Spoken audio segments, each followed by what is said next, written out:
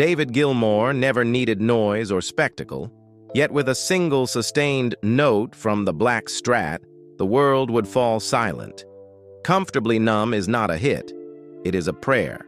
Shine on You. Crazy Diamond is not nostalgia. It is sorrow stretched toward eternity. Gilmour does not play the guitar. He forces pain to breathe into sound, erecting invisible cathedrals where beauty and suffering coexist. Across decades, he became something rare in popular music, a quiet storm, each solo a cut deeper than any words could reach. But that stillness was never peaceful. It was paid for in blood and tears. In the helpless moment of having to let go of a brilliant friend and watch madness consume him. In the grief of witnessing a brother fall to illness. In the scar of betrayal. When the very band he once pulled from the ashes turned its back on him. Floods vast enough to drown anyone, Gilmour did not drown. He stood still and transformed every wound into immortal music.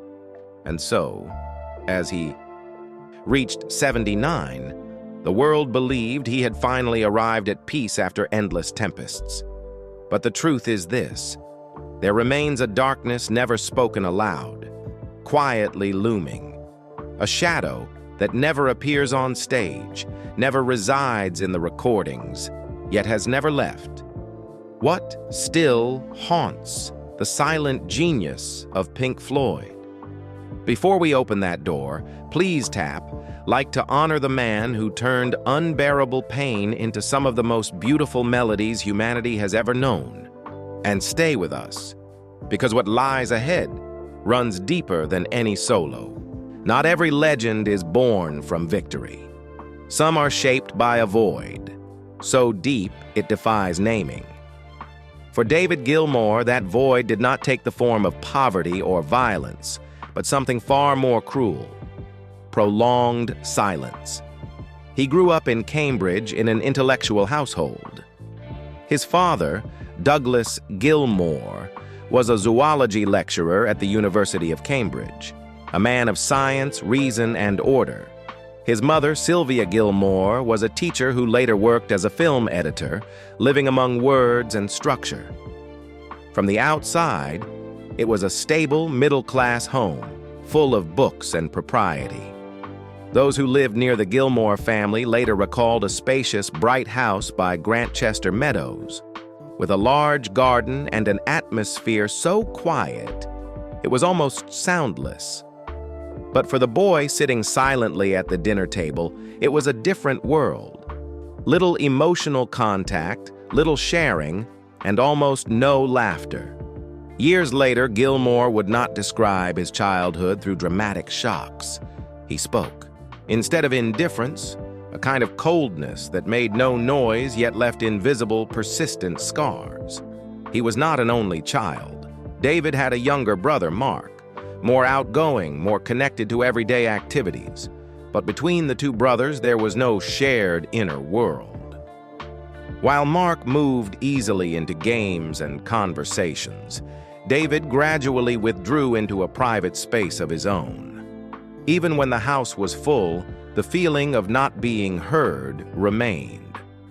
The rooms of that childhood did not echo with arguments, only with absence. And within that absence, he learned to fold inward, to quietly disappear. At 13, David borrowed his first guitar from a neighbor. It was not a grand gift, not a fated moment, just an instrument that happened to fall into the hands of a child who had never learned to express emotion in words. There was no teacher, no guide. He taught himself by listening to records and tracing his way through instruction books by Pete Seeger. In the stillness of his room, or sometimes in a small shed in the garden, where neighbors later remembered hearing faint melodies on summer evenings. The sound of strings blended with the hiss of a late-night radio. He played the same phrases again and again, not to perform, but to survive. The guitar became the only language in a house unaccustomed to speaking about feelings. At the Percy School in Cambridge, David remained a quiet shadow.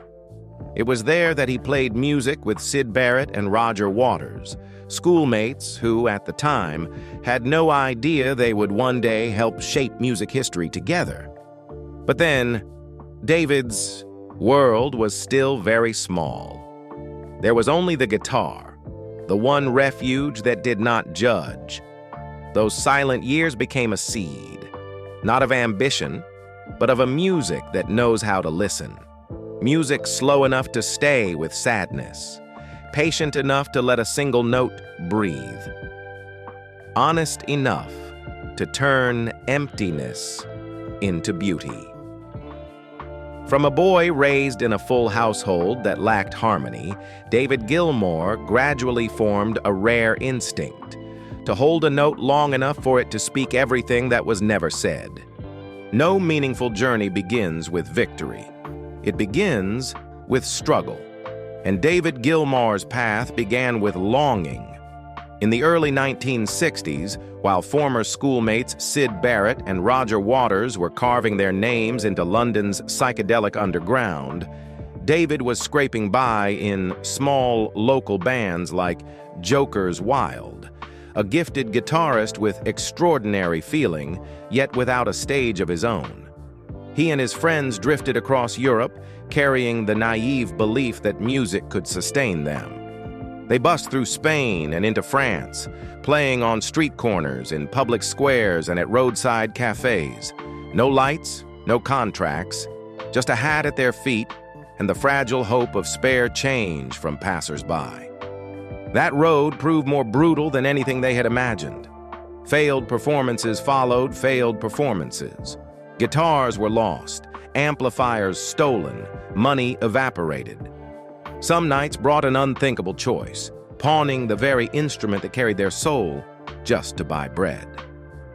In Paris, on cobblestone streets where tourists passed without listening, David played to survive, not on applause, but on endurance.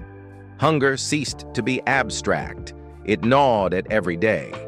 At last, physical exhaustion crossed the line. David Gilmour was hospitalized for malnutrition. To the world, Pink Floyd was rising. To David, Europe was a long stretch of empty stomachs, calloused fingers, and a bitter lesson in the fate of those left behind. When he finally returned to London, he had nothing. No instrument, no band, only a resolve that refused to die. Then came a shock deeper than hunger itself. Visiting the studio where Pink Floyd was recording, he saw Syd Barrett again, the boy he once played with on the streets of Cambridge, now standing at the center of one of Britain's most talked-about bands. But this was no longer the Syd he knew. His eyes were vacant, his speech fractured, his movements erratic. The spark of genius that once seemed unstoppable had been extinguished by years of substance abuse and the onset of severe mental illness, symptoms doctors would later describe as consistent with schizophrenia. He looked at David and seemed not to recognize him. The friend who had painted sound in colors no one else could imagine was dissolving before his eyes, his mind slipping beyond reach. David stood there not only as a friend, but as a witness to the collapse of a talent. It was not just heartbreaking, it was terrifying. The band Syd had built was on the brink. In 1967, fate turned again. Pink Floyd invited Gilmour to join, not as a replacement, but as an emergency patch, a fifth member tasked with filling the void whenever Syd could not perform. In a handful of surreal shows, 5 men stood on stage, 4 playing music, 1 drifting in silence. David recalled turning around to see Syd with a guitar hanging loosely from his neck, eyes empty, motionless, as if the stage lights themselves had turned him to stone. It was unbearable. Then the decision came, delivered with quiet cruelty. On the way to a show, they simply did not stop to pick Syd up. That night, David Gilmour became Pink Floyd's lead guitarist. To fans, he was the man stepping into a legend's shoes. To David, He was the man who had abandoned his friend to madness. The wound never healed. Joining Pink Floyd did not end the struggle. The band drifted, having lost its founding visionary. On stage, David sometimes played with his back to the audience, overwhelmed, unsure whether the music still meant anything. The first album without Syd, A Saucerful of Secrets, 1968, felt more like a survival tactic than a declaration. They had to keep moving, keep playing, otherwise the dream would die completely. They took on film work for More, 1969, and Obscured by Clouds, 1972. Not for glory, but as lifelines. Studios paid, and Pink Floyd gained space to experiment beneath the shell of someone else's project. In those quiet sessions, David honed his guitar voice, long delays, aching bends, reverberation that lingered to the point of obsession, the foundations of his later signature. Then, from that uncertain fog, a miracle emerged. In 1971, they recorded Metal, with Echoes, a 23-minute epic filling an entire side of vinyl. It was the sound of four men, finally breathing together, forging identity from chaos. The opening ping from David's guitar cut through the darkness like a lighthouse, and by the end, the music swelled into a vast, wordless ocean. For the first time since Syd, Pink Floyd had a heartbeat again, and that heartbeat was David Gilmour's guitar. It was a journey of longing and guilt, of being left behind, then thrust into the spotlight against one's will. He had walked Europe's streets hungry and invisible, watched a friend disintegrate into madness, carried the shame of replacing another, and faced audiences with no map, no guide, no certainty. Yet through it all, David Gilmour endured. He turned hunger into endurance, guilt into compassion, uncertainty into sound. And from those years of struggle, his guitar finally spoke, the sound that would one day silence stadiums and outlast even the deepest shadows. The 1970s were the years when David Gilmour's guitar ceased to be merely an instrument and became the heartbeat of an entire generation. The dark side of the moon arrived, and the world was never the same. His voice soared in Breathe. His solos carved eternity into time. His wordless scat intertwined with Claire Torrey's wail in The Great Gig in the Sky, and his riff transformed the clinking cash register of money into a hymn. It was not just an album, it was a phenomenon, anchored on the charts for 15 years, and selling tens of millions of copies. For the first time, Pink Floyd was no longer a cult act, but a global force.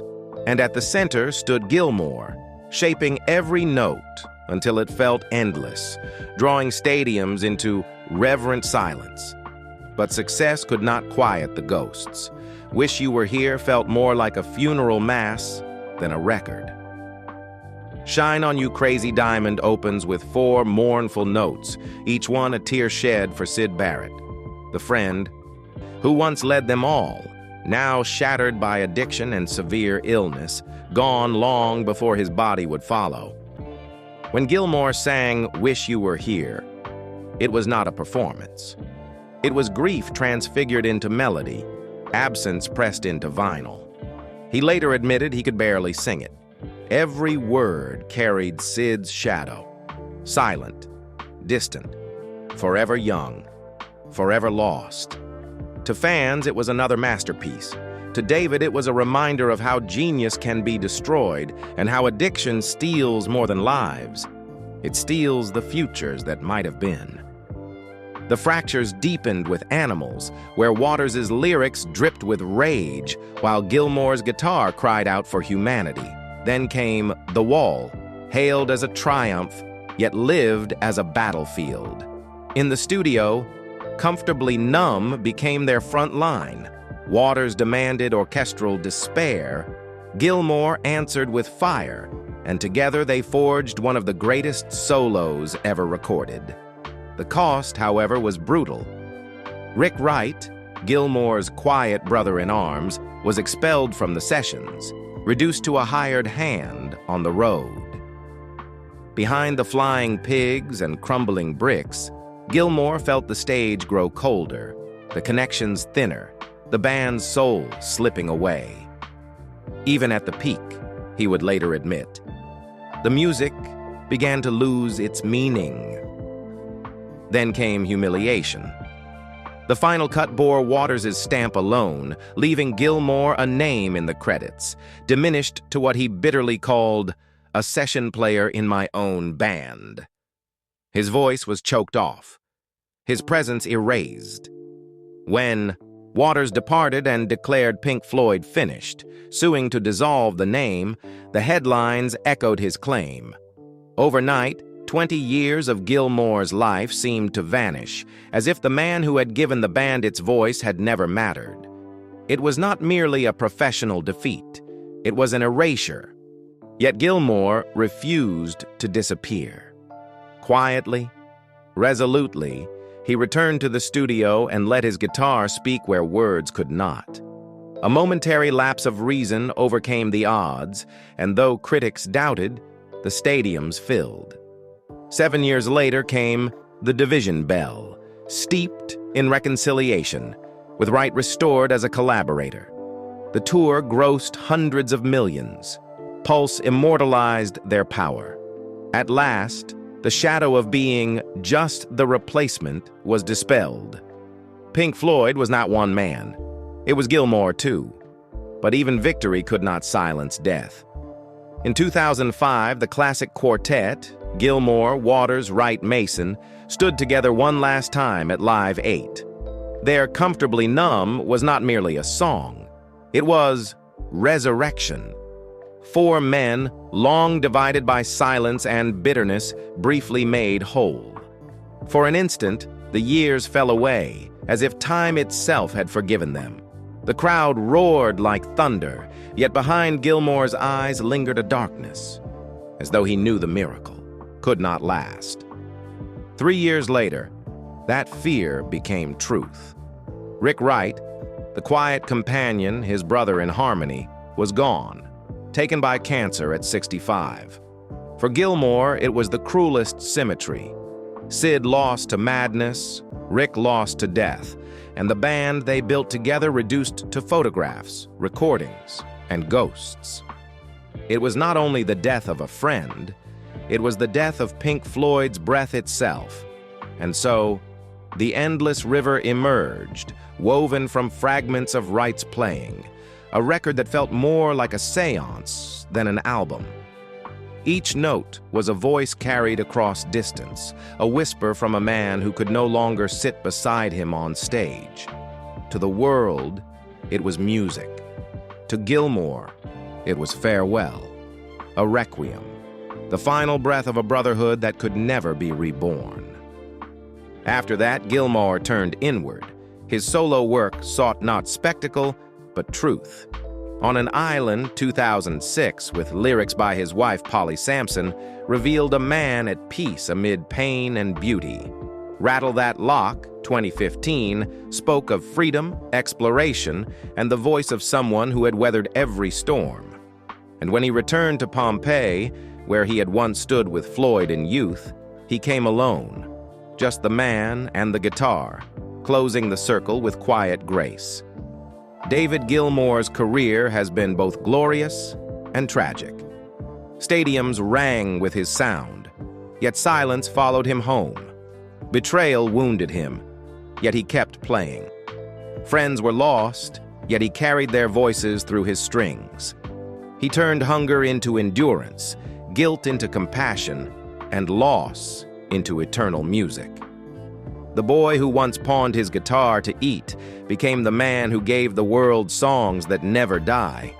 And even now, as the lights dim and the walls fall away, David Gilmour's guitar still cuts through the darkness. An everlasting voice for all who have loved, lost, and endured. The roar of a stadium can make a man feel immortal. But when the lights dim and the crowd disperses, David Gilmour was left to face a silence heavier than any stage could bear. The fractures within Pink Floyd were devastating enough, yet what followed cut deeper still. The collapse of the very home he had believed to be his final refuge. At the exact moment the band he had helped keep alive was tearing itself apart from within, his marriage, the place that should have been safe, began to unravel. In 1975, at the height of Pink Floyd's success, David married Virginia Ginger Hazenbein, an American model and artist. Their early years were wrapped in the glow of possibility. Photographs from that time show a young couple laughing together, guided by music and hope, standing before a future that seemed wide open.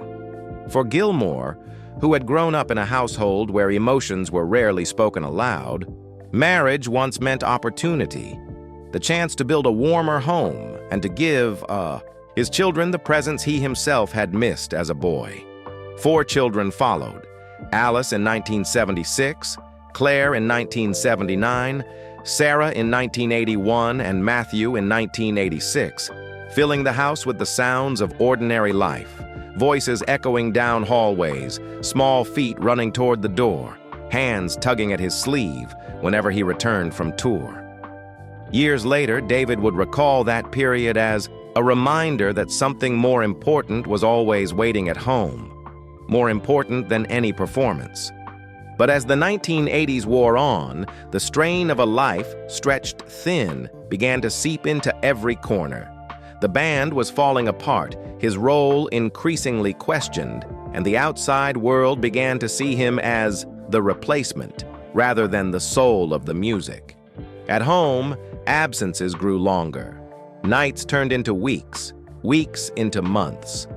Ginger, once radiant beside him, grew weary of living in the shadow of a man who belonged to millions of listeners, more than to his own family. The children, still young, would ask why their father was gone so often. For David, those questions cut deeper than any critical review. Later, with the quiet regret of a man who rarely exposed his wounds, he admitted, "I watched my marriage fall apart at the same time the band was falling apart. I don't think I understood how much damage was being done until it was too late." During that period, David began to withdraw, not through anger or recklessness, but through prolonged silence and alcohol. He did not drink to forget, but to slow a world that seemed to be moving too fast. After studio sessions, after arguments, after back-to-back tours, alcohol became a temporary way to avoid saying anything more. No one called it addiction, but no one denied that it gradually pulled him away from the people who needed him most. The divorce in 1990 passed quietly. No scandal, no headlines. But for David, it felt like a private earthquake. He was a man who could still an entire stadium with a single note, yet could not keep his own family intact. Friends remember him entering the studio during those years with an empty expression, carrying his guitar more like a burden than a gift. The children lived primarily with Ginger, though David remained present in their lives. For him, the deepest wound was not only the loss of his partner, but the distance from the simplest acts of fatherhood. Laughter at the dinner table, bedtime stories, the quiet joy of simply being there. Ginger later said softly, "We were young, we loved each other, but the world around us was too loud, too pressurized. In the end, it overwhelmed us." It was a loss David rarely spoke of, beyond fragments of reflection. His 4 children remained his pride, but the ghost of the failed marriage lingered long after the papers were signed. For a man who had always turned pain into music, this was another scar, one that did not come from band conflict or public criticism, but from the collapse of the only place he had ever hoped to find peace. That same year, another quiet loss closed the final door on what remained of his childhood. His mother, Sylvia Gilmour, passed away. No noise, no public announcement.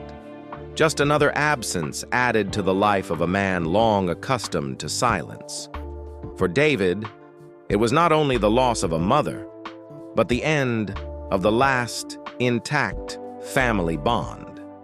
The very thing he had tried to preserve through marriage and could not. From the wreckage of loss, light does not always arrive in a blaze. It often slips in slowly. For David Gilmour, that light came in the early 1990s when he met Polly Sampson, a novelist and journalist who writes in a language both gentle and exact. Where his first marriage had collapsed under the weight of distance and silence, Polly appeared not as an escape, but as a careful anchor. She was not only a companion, but someone who could stand beside him in silence, understanding that Gilmour's music was not merely a career, it was a means of survival. With Polly, he later recalled, I didn't just find love, I found honesty. She gave me words when I had none left to say. They married in 1994 at a time when both still carried unhealed wounds from private lives and from long professional battles. To the outside world, Pink Floyd remained a giant, preparing to release the division bell. But behind that music was something more intimate. Polly's words weaving into Gilmour's melodies, forming a creative bond that became the foundation of both the album and their shared life. Songs like High Hopes bear Polly's unmistakable lyricism.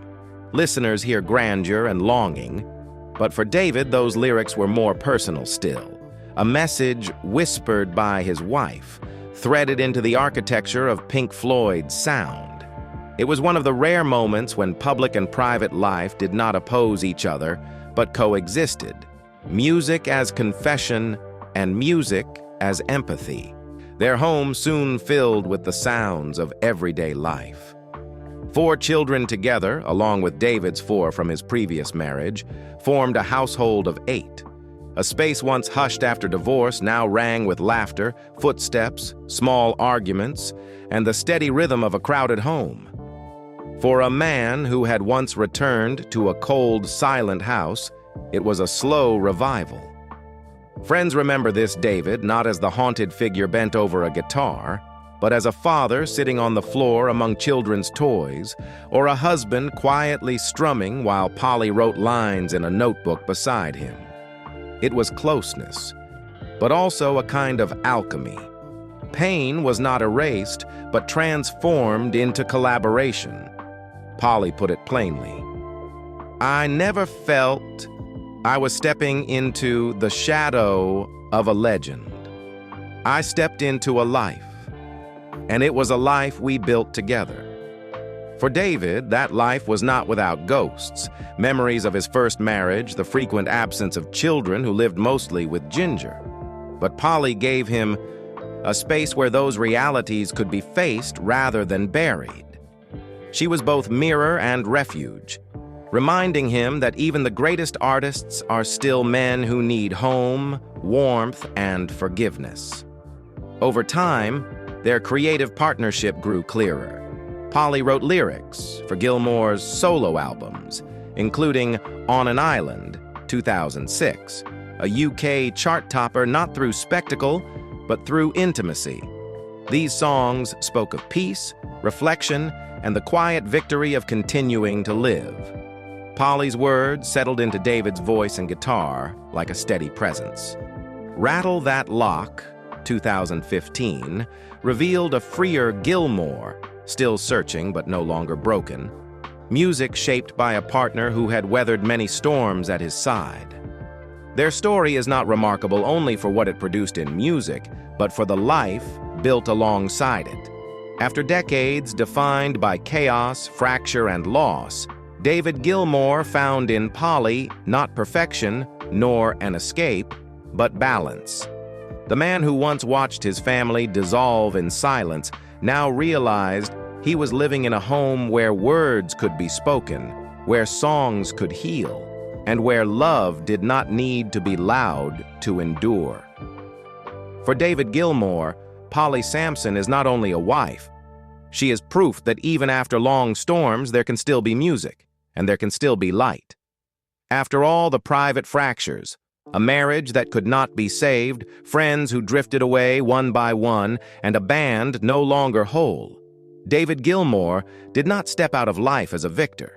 He emerged as someone still standing, carrying what could not be rescued, and letting music speak where no words remained adequate. It is from that lowest point that David Gilmour's legacy comes into focus. Not in the number of albums sold or box office records, but in the way he slowed music down in a world perpetually in a hurry. As rock grew louder, he chose to hold silence long enough for a single note to speak for the human condition. Gilmour's legacy is not measured by figures pinned to charts, nor does it require honors repeated to the point of exhaustion. It exists in an act that seems almost counterintuitive, slowing down. In a world that constantly demands music be bigger, faster, more. As rock began to shout, Gilmour chose to stand still.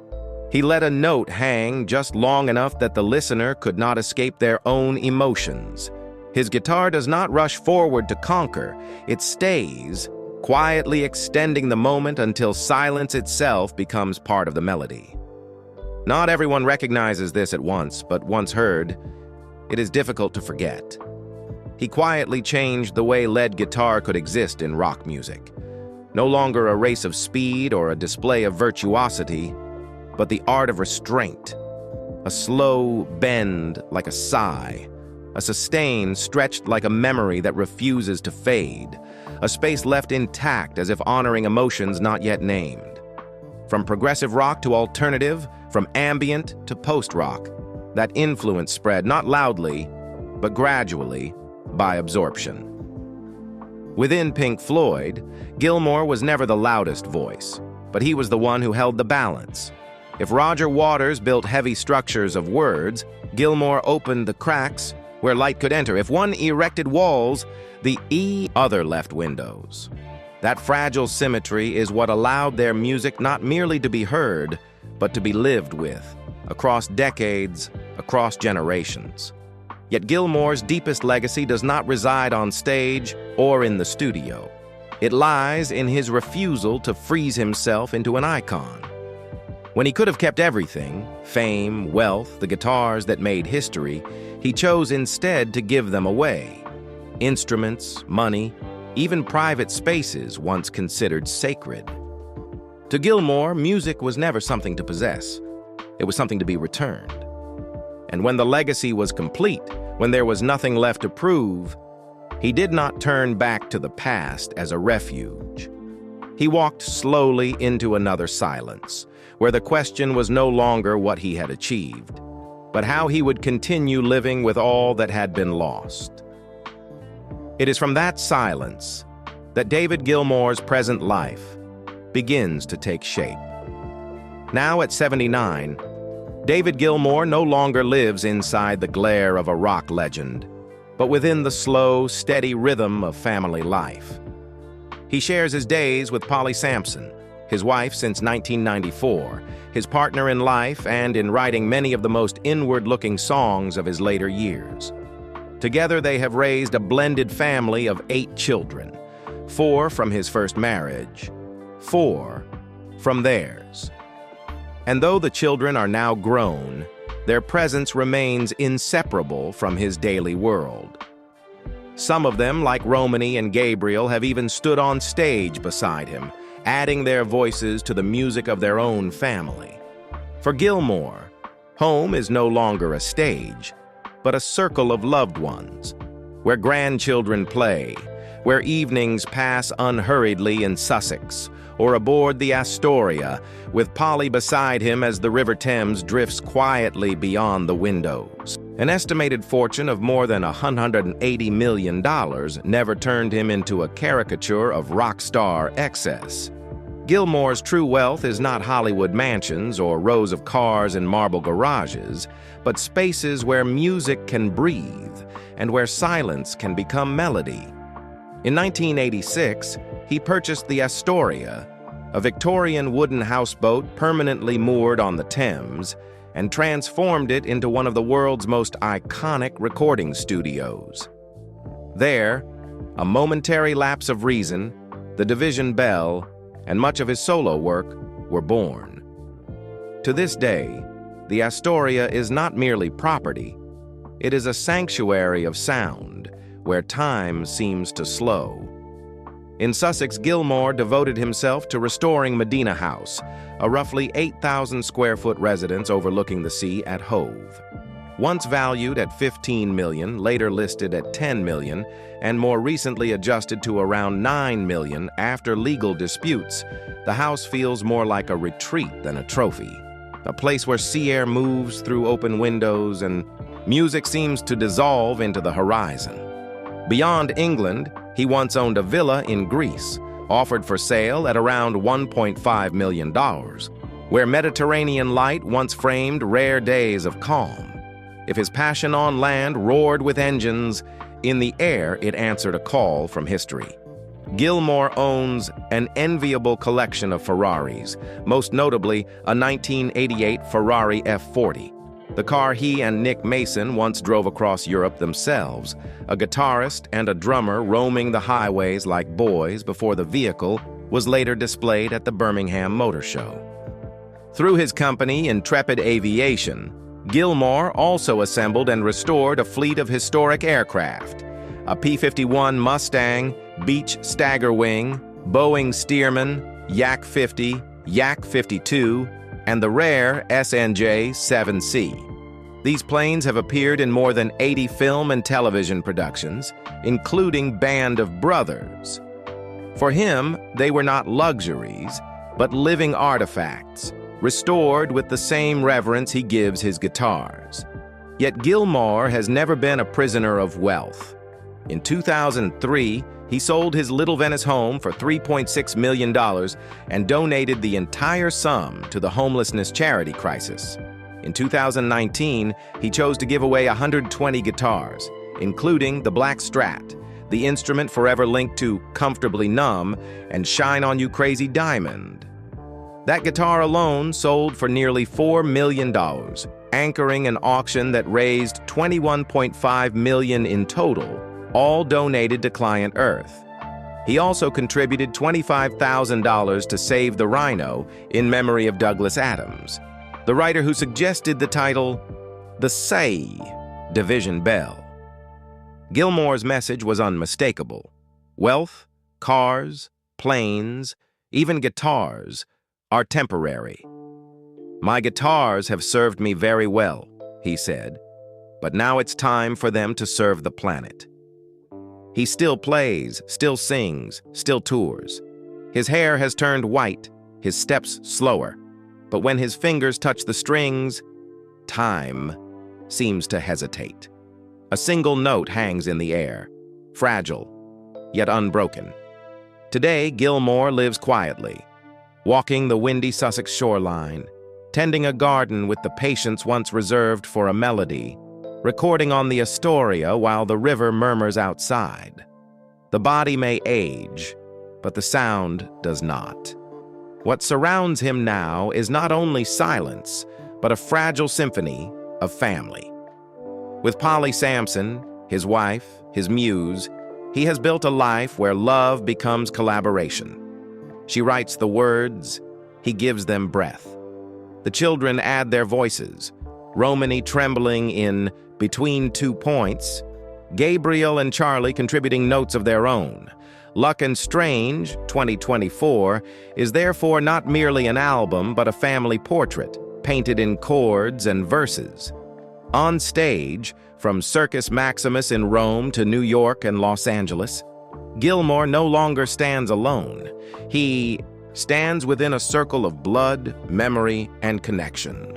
Yet darkness never fully departs. When he turns to his side, only one of the old sentinels remains. Nick Mason, steady behind the drums. Syd Barrett, the childhood friend, was lost to madness. Richard Wright, the quiet brother, was taken by cancer at 65. Roger Waters, distant, divided by wounds no song can heal. A band, once a quartet, is now reduced to a duet. Every smile shared with Mason carries the weight of those absent.